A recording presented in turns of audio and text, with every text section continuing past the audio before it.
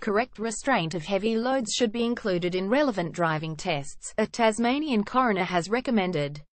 Coroner Rod Chandler has today released his findings into the deaths of Michael Gerardus Pell and Tracy Ann Pell, both aged 49, who died at Lilydale on February 8, 2015, after colliding with a large hay bale that had fallen off a truck.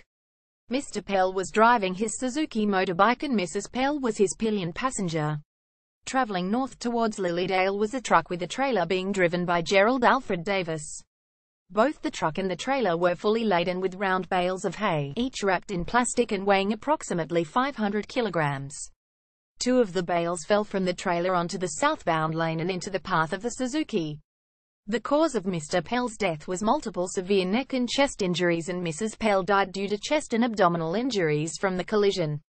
On December 4, 2015, Mr. Davis pleaded guilty at the Magistrates Court in Launceston to 13 charges arising from the collision. The more serious of the charges related to the inadequate securing of the silage bales.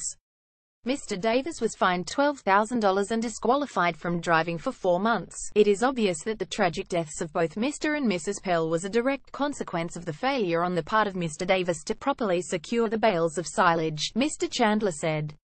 In Tasmania, drivers of heavy vehicles do not receive any formal training or instruction about load restraint.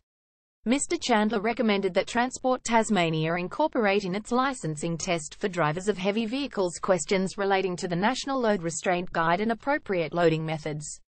Produce a pamphlet setting out the requirements of the Load Restraint Guide that could be sent out with all license renewal notices. The Department of State Growth has been contacted for comment.